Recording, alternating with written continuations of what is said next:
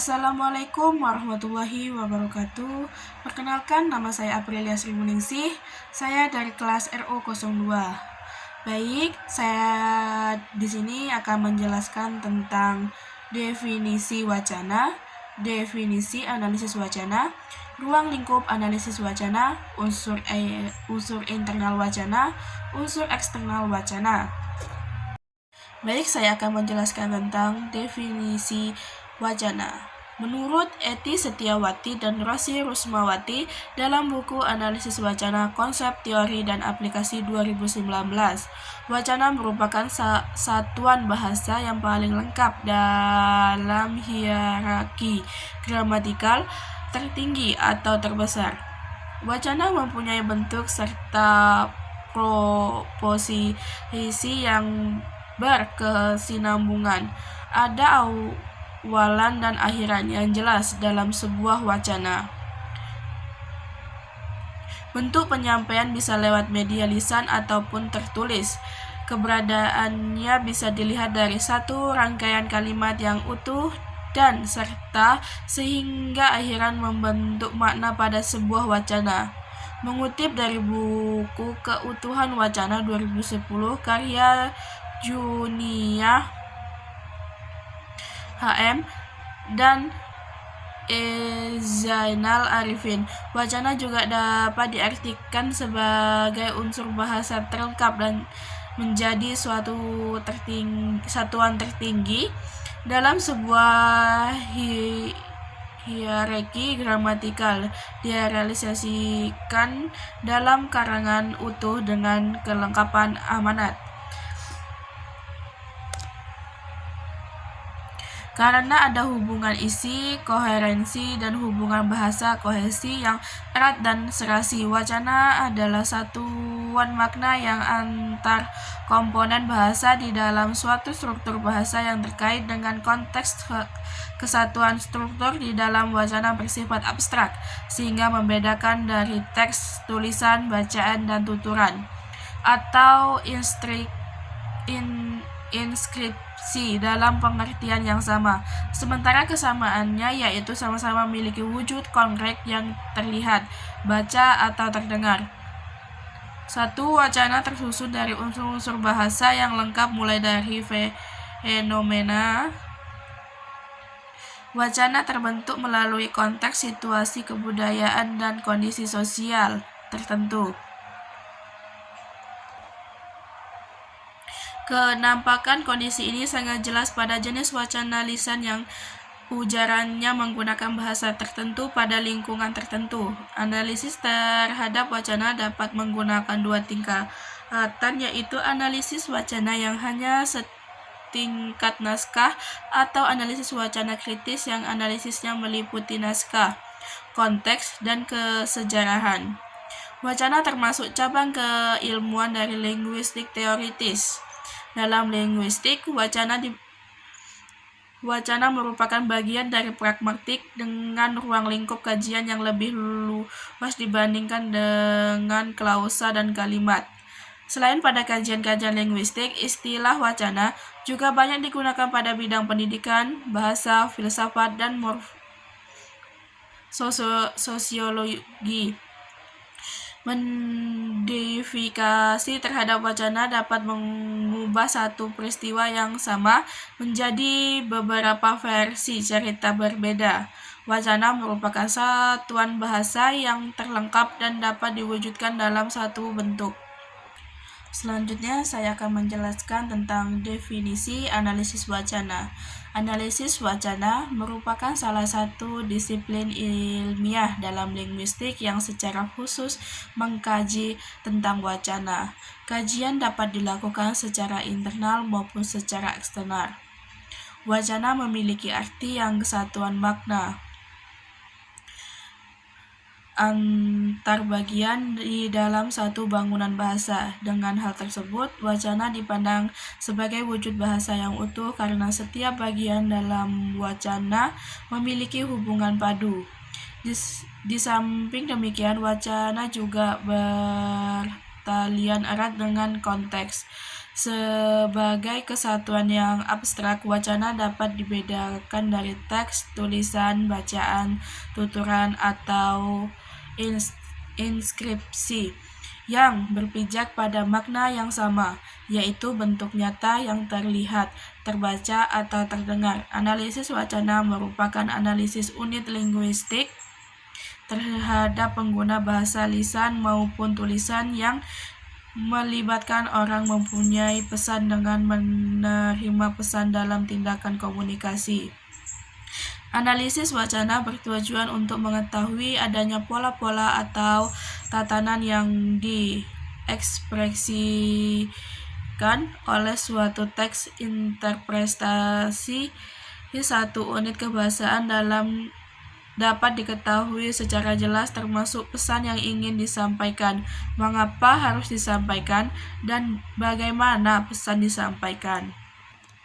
Analisis wacana mengkaji unit bahasaan dalam cakupan ilmu linguistik baik mikro seperti sintaksis, pragmatik, morfologi, dan fonologi, dan singkatnya kajian wacana. Pengertian analisis wacana adalah analisis unit linguistik terhadap pengguna bahasa lisan maupun tulisan yang melibatkan penyampaian pesan, penutur atau penulis, dengan penerima pesan. Definisi analisis wacana yang dikemukakan oleh Stubbs merupakan definisi klasik wacana yang berasal dari asumsi-asumsi formalis. Menurut Van Dijk, dalam deskripsi strukturat menjadi ciri bagi wacana pada beberapa tingkatan atau dimensi analisis, dan dalam hal yang berkaitan dengan unit, kategori, pola skematis, atau hubungan yang berbeda-beda. Walaupun ada perbedaan pendekatan struktural yang ditunjukkan oleh Van Dijk, terdapat suatu persamaan yang umum bahwa analisis struktural berfokus pada bagaimana unit-unit yang berbeda-beda ini berfungsi dalam kaitannya satu sama lain. Ancangan atau merupakan pendekatan dalam kajian suatu objek dalam kajian wacana. Terdapat 6 pendekatan kajian wacana yang dapat digunakan, yakni kajian pragmatik, etnografi, analisis variasi, tindak tutur, sosiolinguistik interaksional, dan analisis percakapan. Keenam pendekatan tersebut dapat dijadikan pandangan dalam menganalisis suatu objek kajian. Subjek kajian wacana dapat berupa kata, frasa, klausa, kalimat yang direalisasikan dalam sebuah tuturan percakapan, paragraf, novel, buku, majalah, bahkan iklan. Selanjutnya saya akan menjelaskan tentang ruang lingkup analisis wacana. Rani, Arifin, dan Martuti 2006 menyebutkan bahwa wacana dapat berbentuk lisan atau tulisan. Lebih jelas, mereka mengemukakan bahwa data dalam analisis wacana selalu berupa teks, baik teks lisan maupun tertulis. Halliday dan Hasan 1994 mengemukakan bahwa teks adalah bahasa yang berfungsi. Yang dimaksud fungsi adalah bahasa yang sedang melaksanakan tugas-tugas tertentu dalam konteks situasi. Berdasarkan pengertian teks tersebut, semua bahasa yang mengambil bagian tertentu dalam konteks situasi akan disebut teks. Bahasa tersebut mungkin dalam bentuk tuturan dan tulisan. Nababan 2000 mengemukakan bahwa ruang lingkup analisis wacana dewasa ini sudah sangat khas. Nababan juga memfokuskan ruang lingkup analisis wacana dalam bentuk analisis wacana lisan dan tulisan. Selanjutnya, Halliday dan Hasan menjelaskan bahwa kesatuan adalah sifat teks yang sangat penting dan struktur suatu teks berkaitan erat dengan konteks situasi. Atas dasar kaitan konteks yang teks sebagai data dalam wacana, konteks juga merupakan data yang dipelajari dalam analisis wacana. Konteks dan bahasa tuturan maupun bahasa tertulis adalah hal yang tidak dapat dipisahkan. Hal tersebut didukung oleh pendapat beberapa ahli mengenai kajian analisis wacana. Tentang fokus kajian analisis wacana, menyatakan konteks dalam telaah wacana. Ia menyebutkan bahwa analisis wacana mempelajari hubungan antar bahasa dan konteks yang melatar belakanginya. Kategori konteks bahasa yang menjadi ranah analisis wacana disebutkan pula oleh Kriti, yakni semua jenis teks tertulis dan teks lisan yang berupa percakapan yang dapat dilisankan. Selanjutnya, saya akan menjelaskan tentang unsur internal wacana.